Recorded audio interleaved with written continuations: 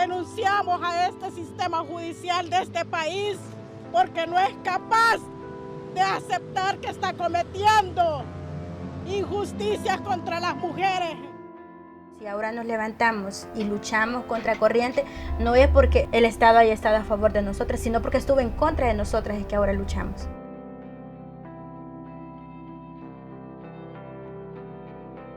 Soy Carla Rauda. Estamos en las instalaciones de la Fundación TNT y vamos a conversar con Teodora Vázquez. Mucho gusto. Hola, mucho gusto. Para mí también es un placer poder compartir con ustedes y sobre todo que se conozca un poco más de la situación y de la legislación que tenemos acá en nuestro país, El Salvador. Cuéntenos un poquito, nosotros la conocemos muy bien, pero cuéntenos un poquito sobre quién es Teodora Vázquez. Bueno, Teodora Vázquez es una persona de 35 años de edad, con un hijo de 16 años, orgullosamente de ser madre. Puedo decir de que con una historia de vida totalmente, ¿cómo le puedo explicar? Tal vez puede ser triste a la misma vez, donde pude recuperar y poder realizarme como mujer empoderada de mi propia historia. Usted es una de las mujeres que estuvo en la en la agrupación de las 17. Sí, yo soy, soy del colectivo de las 17. En un momento nos llamaron las 17, pero en realidad éramos más. ¿Cuántas eran? Hasta en el 2018, cuando yo recuperé mi libertad, habían 24 mujeres todavía dentro de la cárcel. ¿Estas mujeres han sido acusadas? La mayoría de ellas están en cárcel en el momento de la captura, pues claro, fue por aborto, pero luego ya en el juzgado le cambiaron la tipificación y la pasaron a homicidio agravado. En El Salvador tenemos una de las restricciones más serias al tema de la interrupción del embarazo. Así es, en El Salvador desde 1998 cambió la legislación desde cuando entró la derecha. Prácticamente antes del 98 estaba aprobado el aborto en 3 causales, pero luego cambió y ahora pues desde el 98 a ahora 2020 ya pues tenemos la legislación donde la mujer, un aborto es aborto desde el momento de la concepción y prácticamente se conoce como vida desde el momento de la concepción. Entonces, si una mujer se provoca un aborto o tiene un aborto, ya es homicidio. Para nosotros es particular ver que durante muchos años la legislación se ha enseñado con mujeres, en este caso, se ha enseñado con mujeres de escasos recursos económicos, ¿verdad? Hay una forma de actuar de la policía y de la fiscalía en cuanto a los casos de mujeres que han tenido emergencias obstétricas. ¿Cómo fue su caso? ¿Cómo empezó su proceso? Bueno, en realidad mi proceso para mí fue bastante complicado porque yo era una mujer joven de 23 años de edad con un embarazo a término. Estaba muy ilusionada de esperar a mi segundo hijo. Podría decir de que, claro, si yo en un determinado momento hubiese querido provocarme un aborto, lo hubiera hecho antes, antes de que se me viera, antes de que la gente se diera cuenta que yo estaba embarazada. Estaba de término, yo tenía los 9 meses.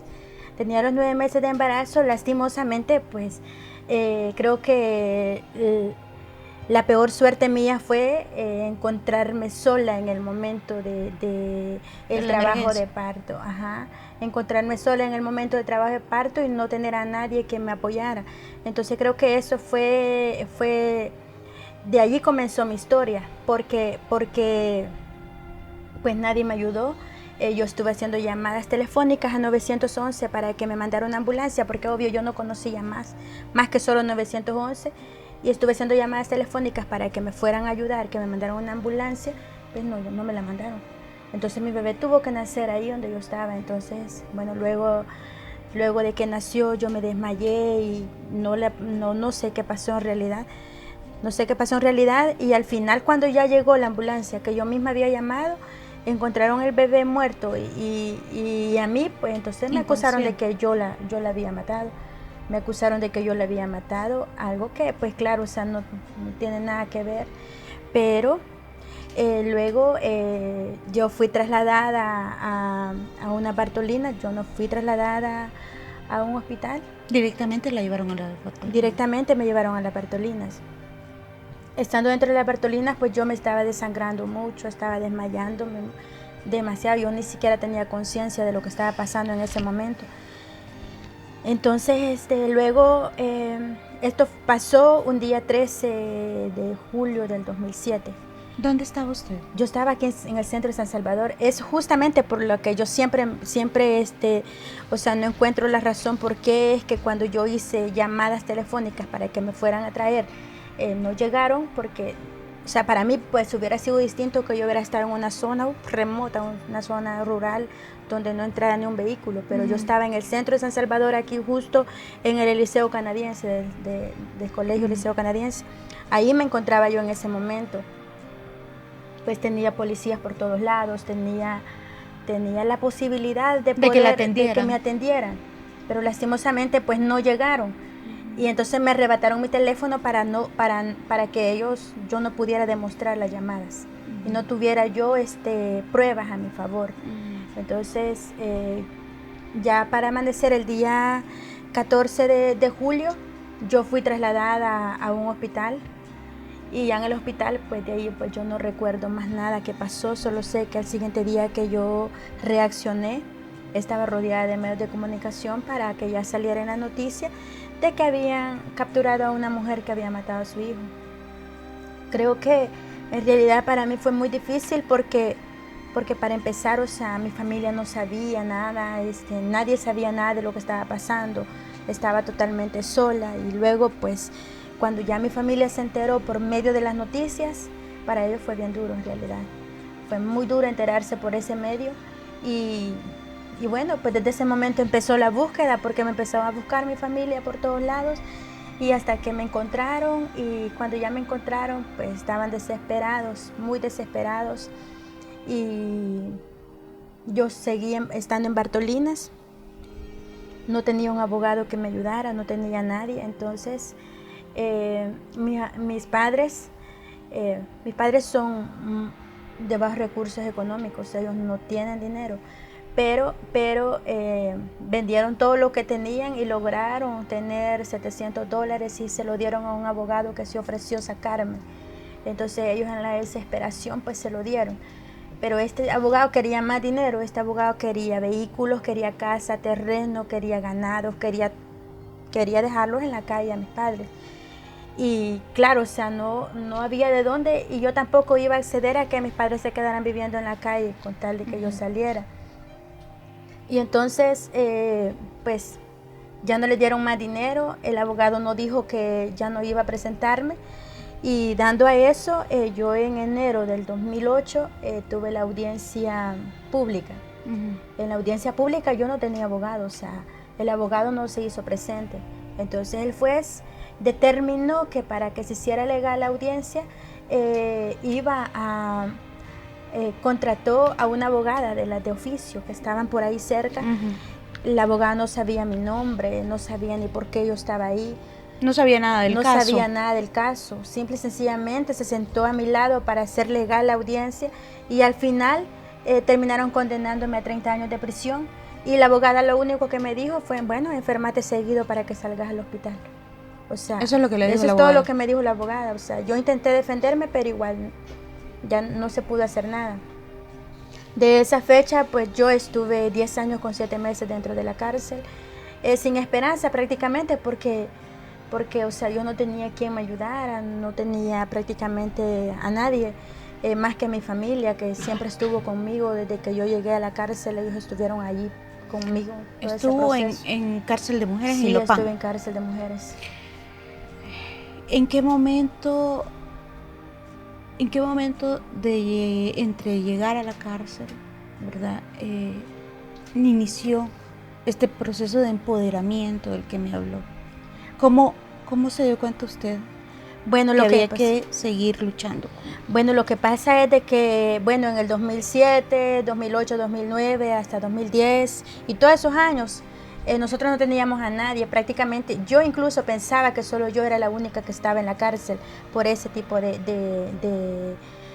delito. Yo creí que solo yo era. Entonces, en el 2012 apareció un abogado que lo mandaba a la Agrupación Ciudadana.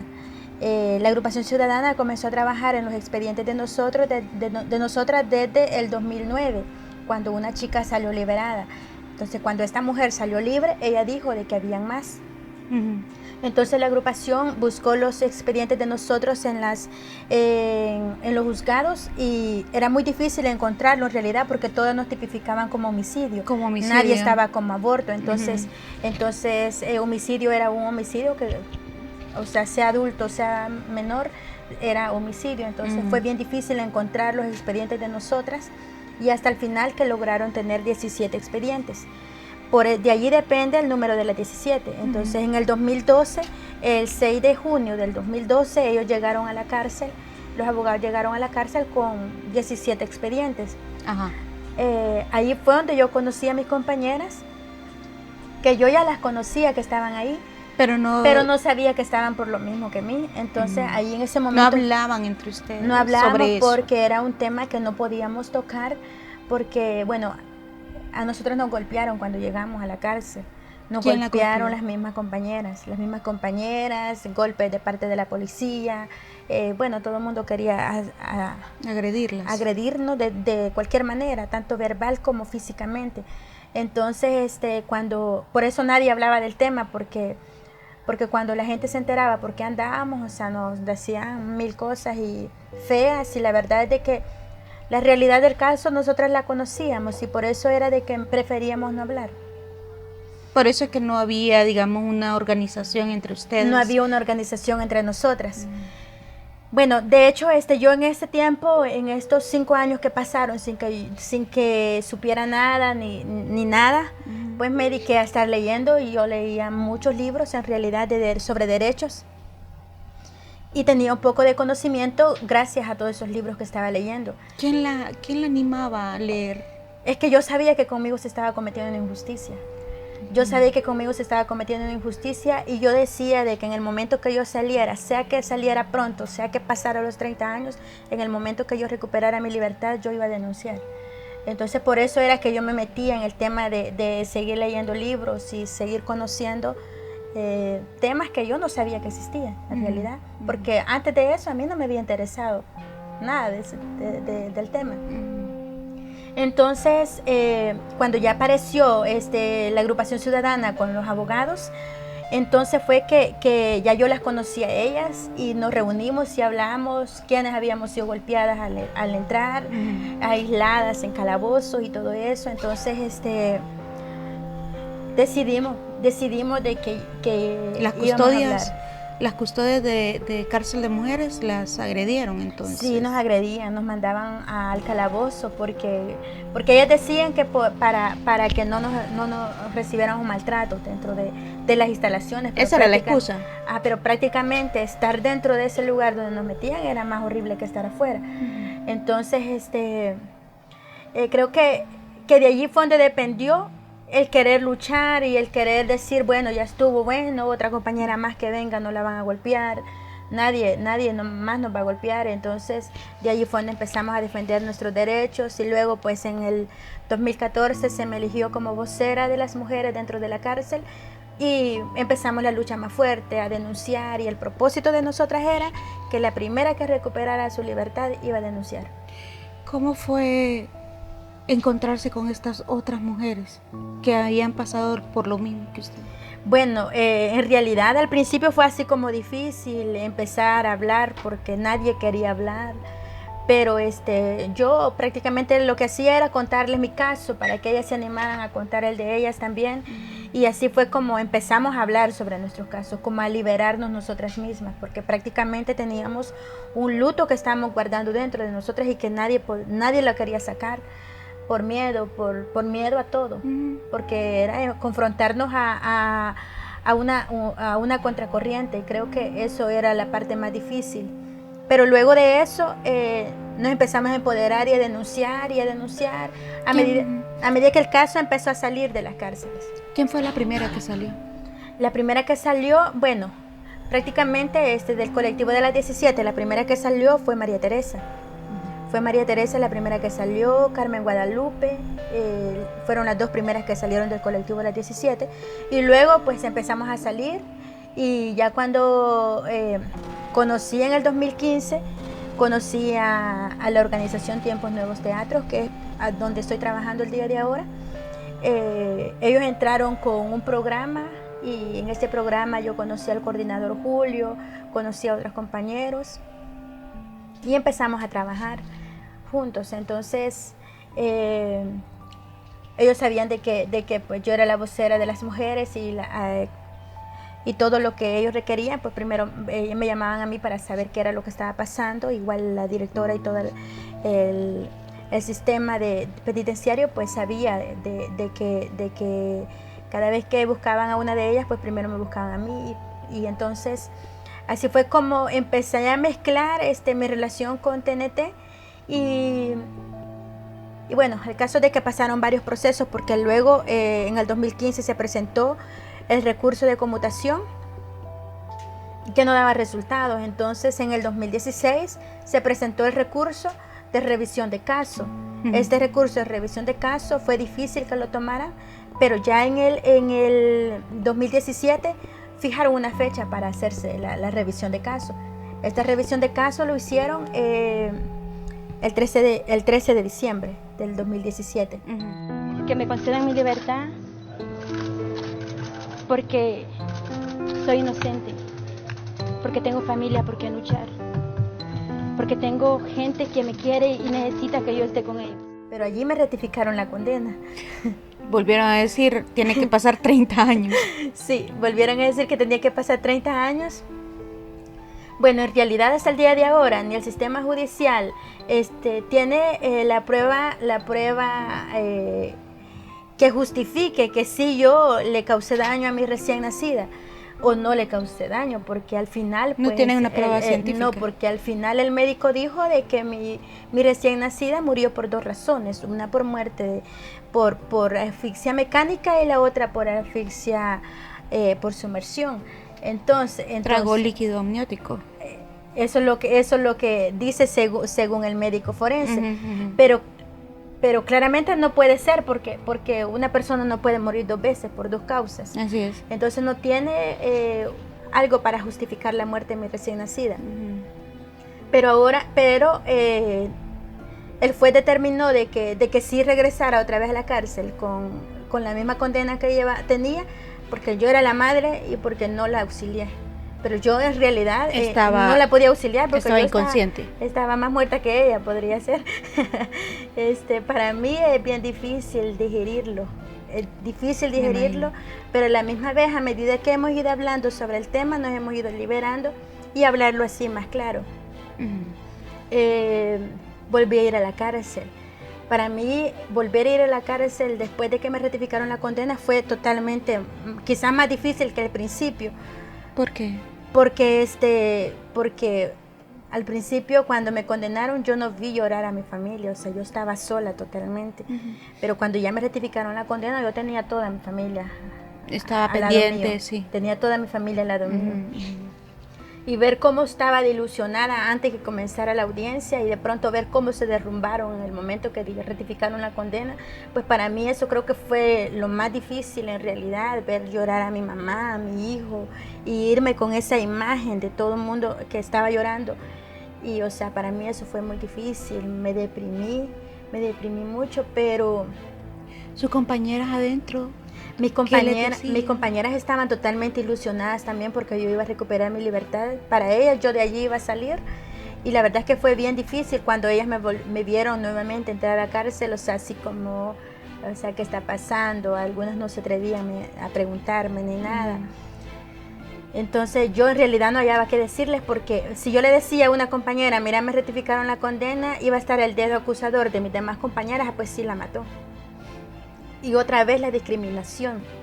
Volverla a pasar. Entonces yo no sabía. Entonces lo que yo tuve que decir es que la habían suspendido para luego volverla a realizar.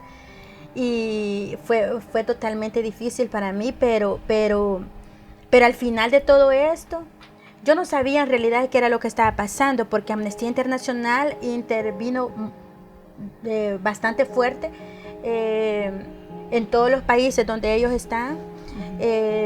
Hicieron una campaña de recaudación de fondos, de recaudación de firmas, y en esta campaña de recaudación de firmas, el 19 de diciembre de ese mismo año, que solamente habían pasado unos pocos días después de la audiencia, presentaron a la Asamblea Legislativa 250,000 firmas. Sí, recuerdo. Para lograr, para exigirle al gobierno que me liberara. Entonces, cuando el Estado se sintió ya encerrado, pues optó por revisar mi expediente y proceder a la conmutación de pena. Ahí es donde yo quisiera que nos cuente. Esta tercera vez que usted fue al juzgado, volvieron a revisar el caso, ¿verdad? Digamos que hubo un nuevo caso. Sí, hubo un nuevo caso. ¿Y el juez qué le dijo? Bueno, yo tenía testigos a mi favor, tenía peritos, tenía las bitácoras de llamadas que había hecho. Bueno, prácticamente el testimonio de mi madre, el testimonio de gente que me vio embarazada y que me vio que yo, o sea, esperaba que era con libremente, era libremente, o sea, tenía gente que me estaba ayudando, o sea, apoyando prácticamente como testigo, pero el juez pues nos encerró en el círculo de que no, o sea, lo que ellos no quisieron aceptar era que cometieron un error. Y lejos de aceptar de que cometieron un error y no querer doblar el brazo, decir sí, pues nosotros nos equivocamos. Trabajo, nos equivocamos, mejor decidieron ratificar la condena sin decir más nada, o sea, así como bien, para mí pues una palabra así como bien seca, de pronto decir, no, pues que se vaya de nuevo.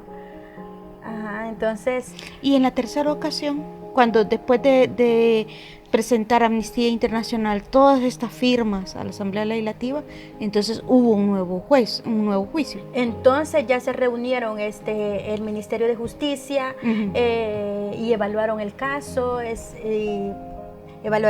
mi comportamiento dentro de la cárcel, nuevamente el expediente, y entonces y luego pues llegaron a la conclusión de dejarme la condena al tiempo que ya llevaba.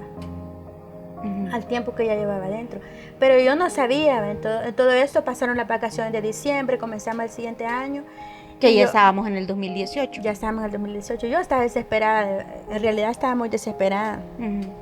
Pero la primera semana de enero del 2018 llegó la abogada de nuevo y me volvió a llamar y llevaba una página y me dijo, mira, aquí está esta página, léela. Y yo le dije, no, mire, ¿sabe qué? Yo en realidad yo estaba decepcionada, yo no sabía si decirle, mire, ya no hagamos nada. Ya no hagamos nada, no hablemos del tema, porque para mí pues ilusionarnos y luego volver a decir que no y otra vez, o sea, para mí era como muy desesperante en realidad, o sea, es muy desesperante estar esperando algo y que no se dé, y lo peor, ilusionarlo a uno muy fuerte. Creo que eso es lo peor que puede pasar a un ser humano. Entonces yo no quería leer esa página, pero ella me dijo, sí, léela, y ella sabía lo que llevaba. Entonces al final pues me convenció y empecé a leer la página, y en lo último decía de que la condena la habían reducido al tiempo que yo llevaba allá dentro de la cárcel. Entonces, pero yo eso no lo creía. Me dijo ella, llévate la página, seguirla leyendo hasta que te entre en la cabeza que así es, porque yo estaba así como mera molesta, o sea, quizás no molesta, sino que resentida prácticamente. Entonces, estuve leyendo muchas veces la página, Y al final pues que le di a otra persona que le leyera y me dijo, no, pues así es, o sea, si así dice la página y aquí está la firma del juez, es que así es. Entonces, ese día usted lee la página y no recuperé mi libertad. No. ¿Por qué? No recuperé mi libertad porque aparte de que pues ellos habían decidido que sí iba a salir libre, estaban esperando que yo cumpliera los 7 meses, los 10 años con 7 meses. Entonces, pero como yo iba a cumplir los 10 años con 7 meses hasta el 14 de febrero, entonces por eso le dieron largas todavía. O sea que usted salió hasta el 14 de febrero. Yo salí el 15 de febrero porque el 14 de febrero yo cumplía... Era el último día, digamos. Ajá, yo cumplía la condena, acaba a las 12 de la noche. Cumplía la condena. Acaba a las 12 de la noche, yo cumplía la condena. Entonces, obvio, a medianoche no me iban a sacar. ¿Va? Entonces esperaron que amaneciera para sacarme el día 15. Así fue como recuperé mi libertad. Esos días fueron así como bastante desesperantes porque...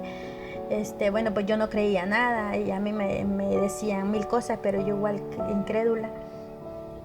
Pues porque yo decía, en cualquier momento va a venir el juez y va a decir, no, pues le rectifico otra vez la condena y así vamos a estar. Entonces, pues, ¿Tenía miedo? Tenía miedo, sí. Realmente tenía mucho miedo a enfrentarme a esa realidad.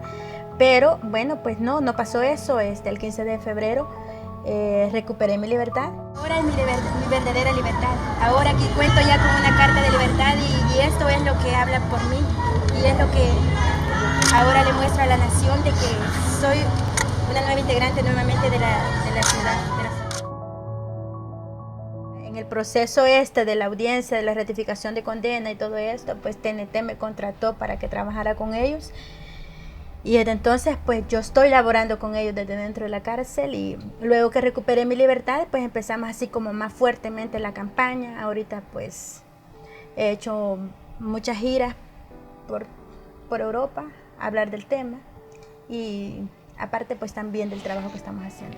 Cuando estábamos platicando antes de empezar la grabación me decía algo bien importante y me quedé pensando en eso. Me dice, la experiencia de estar en la cárcel sirve para 2 cosas, ¿sí? ¿Cuáles 2 cosas? ¿Cómo es la vida después de esa etapa, de esos 10 años con 7 meses? Bueno, en realidad, como lo digo, o sea, la cárcel, en lugar de cambiar de la vida, te la arruina o te la arregla, pero uno en realidad, uno es el que decide, uno decide qué camino agarrar en ese momento. Porque claro, o sea, en la cárcel te ofrecen de todo, pero también hay otra manera de pensar de que no, en lugar de ir retrocediendo para atrás, escalar poco a poco, aunque sea un paso lento, pero ir avanzando hacia el crecimiento, tanto al conocimiento. Entonces, pues debido a eso, pues igual yo opté por meterme a la escuela, talleres, programas, todo lo que se me ofreció. Yo hice 36 diplomas dentro de la cárcel, aparte pues también saqué mi bachillerato dentro de la cárcel y creo que son procesos que en realidad ayudaron porque en el momento de revisar mi expediente pues vieron de que yo tenía buen comportamiento, aparte que había avanzado en todo, Y mientras que hay otras mujeres que no, pues toman la decisión de no asistir a nada, entonces obviamente, o sea, hay 2 formas de vivir la cárcel. Entonces, en este caso, pues yo creo que a mí me ayudó en que el lograr estar en todo este tipo de talleres y escuela y todo eso me ayudó a que yo recuperara mi libertad más antes. Entonces, pues ahora... ahora que he recuperado mi libertad, pues el compromiso sigue. El año pasado, en el 2018, en noviembre del 2018, justamente el 9, yo estaba recibiendo mi primer premio por la defensa de los derechos humanos de las mujeres. Tengo el premio Per Ángel, que me lo dieron el año pasado en Suecia. El premio es un recuerdo de que no estamos solas. Es una lucha que ha trascendido fronteras. Las que hemos recuperado nuestra libertad somos el fruto del trabajo colectivo por los derechos de las mujeres. Y pues creo que el compromiso de nosotras, sobre todo, pues es denunciar una parte es denunciar, otra parte es que queremos que cambie la legislación. No por nosotras, porque en realidad yo nunca llegué a la cárcel por aborto, no por mí, porque yo ya pasé una cárcel, no por las mujeres que ya estuvimos dentro de una cárcel. No queremos que cambie la legislación por ello, porque igual nosotros ya el Estado pisoteó con nosotras, hizo todo lo que quería con nosotras. Pero también no queremos que esta historia se repita en las generaciones futuras. Y si por algo nos cruzamos el charco y si por algo nos esforzamos por un cambio de legislación, no es porque nosotras queramos que algo se haga con nosotras, sino porque deseamos que la legislación cambie para que las generaciones futuras no pasen por un proceso como el que nosotras vivimos. ¿Cuándo fue consciente de su decisión de trabajar por otras mujeres? Bueno, la realidad de este caso es que nosotras no nacimos activistas. No fuimos activistas desde que nacimos, es mentira. Yo no puedo decir de que era activista porque yo no fui activista. A mí el Estado me convirtió en activista. El Estado ha hecho de nosotras lo que ahora somos. Y si ahora protestamos, si ahora nos levantamos y luchamos contra corriente, no es porque el Estado haya estado a favor de nosotras, sino porque estuvo en contra de nosotras y que ahora luchamos. ¿Cuál es la experiencia que más atesora, verdad, de todo este proceso? Lo que más atesoro es haber valorar cada instante de mi libertad, valorar cada momento, cada situación, por difícil que sea, valorarla, porque en realidad a veces uno se confía tanto de uno mismo y descuida que hay otras cosas que valen mucho más. O sea, uno puede tener todo el dinero del mundo, puede tener 1000 cosas innecesarias muchas veces, pero se descuida de la verdadera realidad. ¿Quién soy yo?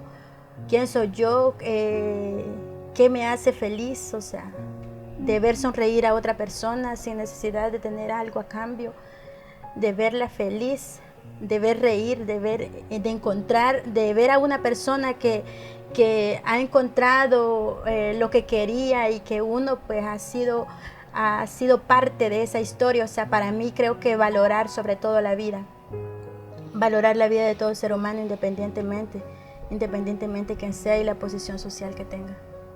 Después de salir del sistema penitenciario de El Salvador, ¿cómo ha sido su reinserción con su vida familiar? ¿Verdad? Yo sé que la reinserción para usted ha sido distinta que para otras mujeres porque empezó a trabajar con la Fundación TNT, ¿verdad? Por una causa, ¿verdad? Usted misma nos dice, me cuenta, uno no es activista desde que nació, ¿verdad? Eso las ha ido forjando, ¿verdad? El Estado la forjó pero más allá del trabajo como activista, ¿cómo ha sido reencontrarse con su familia? Bueno, prácticamente yo trabajo sobre la inserción de las mujeres privadas de libertad, pero también he trabajado sobre mi propia inserción.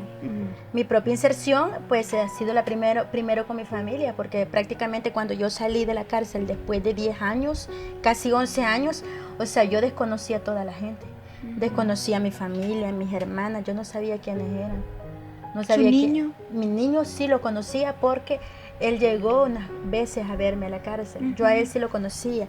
A las únicas personas que yo identifiqué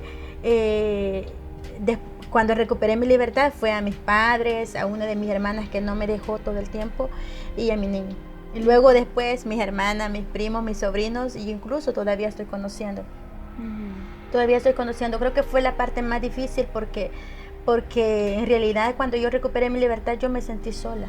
Me sentía triste, me sentía así como, o sea, feliz por haber recuperado mi libertad. Pero igual, o sea, fue para mí como muy, muy complicado conocer a mi hijo, o sea, verlo grande, porque yo hubiese querido que él estuviera pequeño como lo dejé.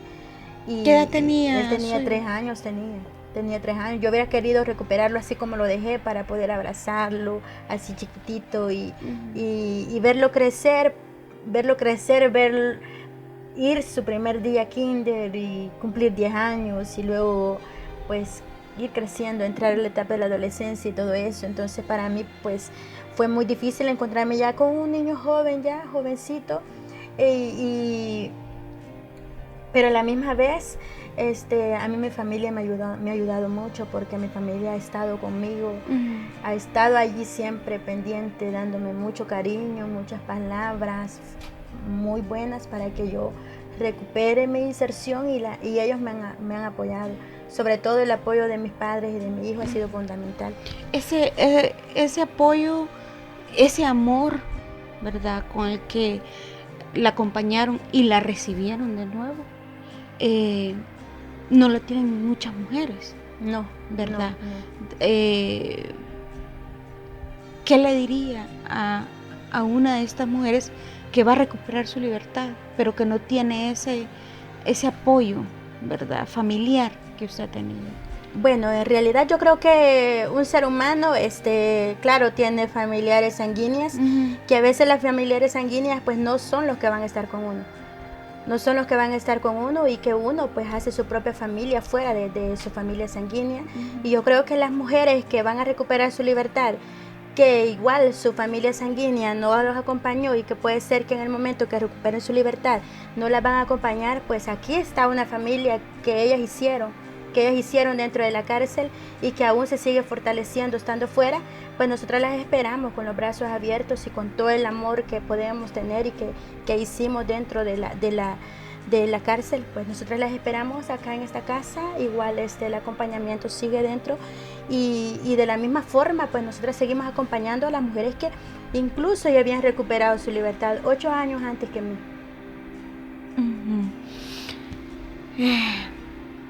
Yo creo que es complicado estar en la situación de una emergencia obstétrica. Como le decía al inicio, yo no tuve hijos, ¿verdad? Por una condición física mía, ¿verdad? Pero tuve un sangrado y hubo sospecha de aborto, ¿verdad? Y al igual que muchas mujeres, me tocó vivir violencia por parte del Estado. Yo en ese tiempo trabajaba en Suchitoto. Entonces recuerdo que cuando sucedió esto, yo estaba en tratamiento, me habían diagnosticado inicio de cáncer. Tuve un sangrado muy fuerte.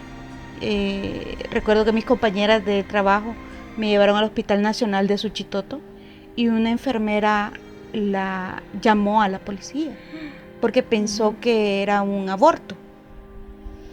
Es difícil defenderse mientras uno está en una crisis de salud, sí, ¿verdad? Sí. Es muy complicado. ¿Qué cosas deberíamos de tener las salvadoreñas que pasamos por momentos de crisis, ¿verdad?, para que se nos respete los derechos durante esa crisis? Bueno, en realidad yo creo que ahora las salvadoreñas cuentan con un apoyo totalmente distinto, con el apoyo que nosotros no contamos en realidad, porque ahora pues las mujeres que van llegando a los hospitales por emergencias obstétricas, en la mayoría de hospitales públicos ya se contactan con otro médico que conoce a las organizaciones que estamos luchando por la defensa de las mujeres. O sea que las organizaciones ya tienen incidencia dentro del sistema de salud. Lo que pasa es de que a lo largo de la historia, a lo largo del trabajo que hemos venido haciendo, hemos logrado tener seminarios, hemos logrado acompañar, sensibilizar, hablar sobre el tema abiertamente, y a medida que los doctores se han ido sensibilizando, enfermeras también. Entonces este caso es de que muchas veces pues ahora como que ya menos están llegando mujeres a la cárcel por este tipo de temas, porque igual ahora antes de llamarle a un policía pues primero le llaman a la organización. Entonces ¿para qué? Para que ya estén los abogados allí y ya pues se trata de revisar más el caso, o sea, para no cometer los mismos errores que se cometieron antes. Y por esa misma razón, pues creo que en realidad ahora las mujeres cuentan con ese apoyo, que antes no lo teníamos, antes nosotras no lo tuvimos, porque si nosotras lo hubiéramos tenido, pues creo que tampoco hubiéramos llegado a una cárcel. Pero de igual forma, o sea, independientemente de que esto no se llegaría a dar, porque hay lugares, hay hospitales que ni conocen que existen este tipo de organizaciones, porque todavía no se ha logrado sensibilizar en todo lo que es el país, pues de igual forma, o sea, de una y otra manera siempre uno se da cuenta y pues las vamos a buscar. Vamos a buscarlas hasta lograr darles un acompañamiento y que el Estado no se siga empoderando de ellas y ni las siga criminalizando por delitos que al final no cometieron.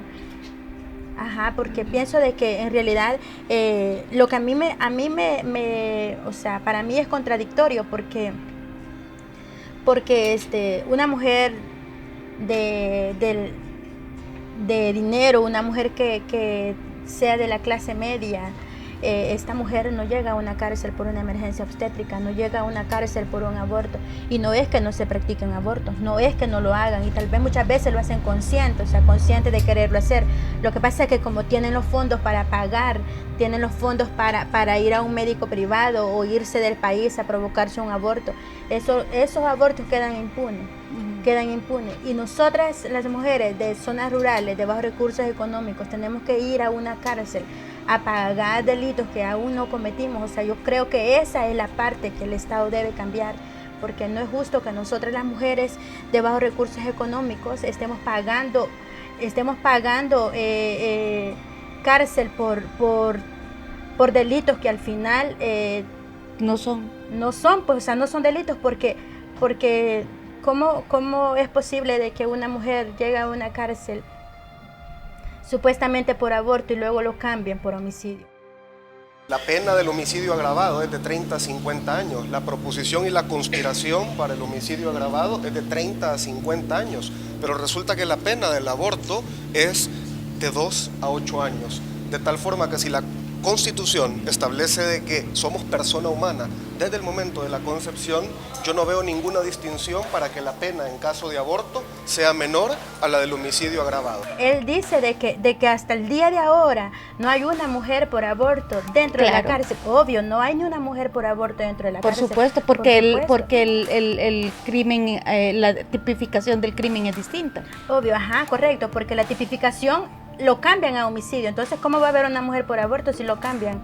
Cambian el delito. Entonces, claro, o sea, creo que esa es parte del error del Estado, o sea, porque prácticamente, o sea, se nos ha practicado, se nos ha enjuiciado prácticamente por delitos que no se cometieron.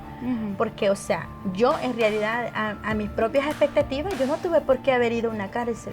Yo no tuve por qué haberme separado de mi hijo, haberme separado de mi familia. O sea, no hubo una razón para que el Estado se empoderara de mí y me metiera a una cárcel sin tener una justificación. Y ahora resulta de que no saben por qué ha muerto mi bebé. O sea, para mí es bien ilógico y que es algo que en realidad tiene que llegar a profundidad y bueno, para que la historia no se siga repitiendo. Yo quiero ser muy clara. Con mi voto no cuentan, ni ahora ni nunca, para matar a un ser indefenso, inocente y con vida propia. ¿Cuántas mujeres faltan todavía que salgan libres? Ahorita tenemos a 16 mujeres. 16 mujeres dentro de la cárcel. Ok. Todas condenadas a 30 años. Todas. Hasta 35. Entre 30 y 35. Sí. El acompañamiento legal siempre se está dando a través de las organizaciones distintas. Sí.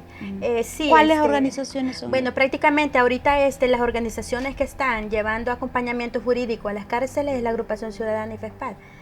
Son los que están acompañando en el tema jurídico, porque ya nosotros como organización Tiempos Nuevos Teatros nos encargamos de la otra parte. Nos encargamos de la cárcel, dentro de la cárcel y fuera de la cárcel.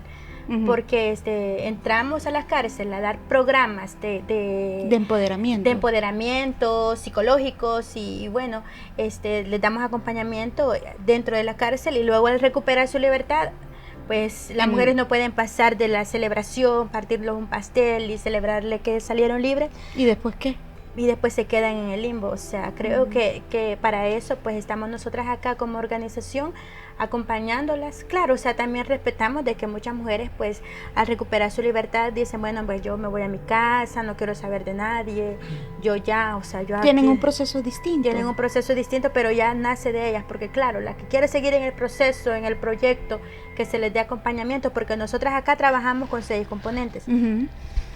Trabajamos con 6 componentes en esta organización que se deriva de el acompañamiento en salud, el psicológico, el académico, jurídico, el laboral, el cultural y la casa. Entonces, todas estas partes las mujeres tienen el acompañamiento. Tenemos a mujeres que habían recuperado su libertad, que 8 o 10 años atrás, y que ahora están en el proceso de reinserción. Correcto, y que estaban en temas vulnerables, pues estaban haciendo nada, nadie les quería trabajo por los antecedentes penales, que es una de las situaciones que nos perjudica recuperar la libertad, porque toda mujer que sale de la cárcel trae antecedentes penales, entonces ningún empresario quiere darles trabajo. Significa que cuando se conmuta la pena no es que su expediente quede limpio. No queda limpio, traemos antecedentes penales. Traemos antecedentes penales, o sea, y es lo primero que piden. Es lo primero que piden cuando vas a pedir un trabajo. Ajá, lo que pasa es de que si alguien con solamente que llegue a Bartolinas, aunque no vaya a una cárcel, pero llegó a Bartolinas, ya tiene antecedentes penales. Ya tiene antecedentes penales, entonces esta persona ya se le hace muy difícilmente encontrar un trabajo. Entonces estas mujeres cuando recuperaron su libertad quedaron haciendo nada, pues siguiendo en abandono, o sea, siendo vulnerables, siendo prácticamente discriminadas, porque prácticamente después de llegar a una cárcel, o sea, que todo el mundo te tiene miedo, pues nadie te quiere acercar porque piensa que le vas a robar todo. Entonces, siguen siendo vulnerables. Entonces, ahora que hemos empezado con este proyecto, que prácticamente lo estamos estrenando así como es muy nuevito, pues hemos tratado bueno, yo el 2018 le llamo el año del enamoramiento en realidad, porque fue el año de que recuperé mi libertad. Empezamos a mapear dónde estaban las mujeres ubicadas, dónde vivían, y luego pues buscarlas, ir hasta su zona a buscarlas, hablarles, enamorarlas, decirles lo que teníamos pensado hacer, qué era lo que queríamos y qué estábamos ofreciendo, y luego pues convocarlas a reunión, y de las mismas necesidades de ellas han venido saliendo los componentes. Ellas mismas nos van diciendo por qué camino ir, porque ellas son las que nos empujan a usar. Nosotras no imponemos nada, ellas son las mismas que lo solicitan.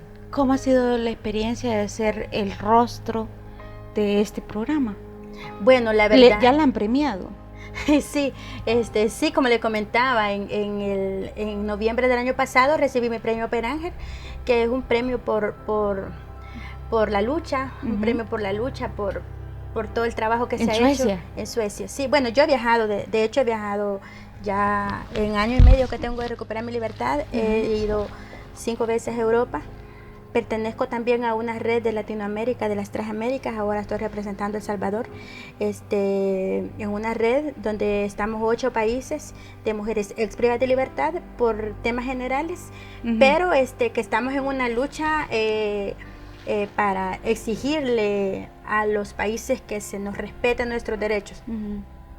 Entonces, pues creo que he viajado bastante y en realidad ser el rostro de este proyecto, ser el rostro de esta lucha prácticamente, o sea, es el compromiso, es que no solamente doy el rostro para que me vean y que sepan que yo salí de la cárcel, sino también para que para que la gente vea los procesos que hemos pasado y que se sensibilice y que apoya ese tipo de proyectos, porque en realidad son proyectos que muchas veces, o sea, no tenemos un apoyo de gobierno. Nosotros no tenemos un apoyo del gobierno, prácticamente el gobierno ni se preocupa por la inserción, la reinserción después de recuperar nuestra libertad, pero creo que en realidad es el compromiso, porque para mí pues cada entrevista, cada salida que hago, porque cuando voy a otros países pues no voy a sentarme a conocer, sino a hacer conferencias,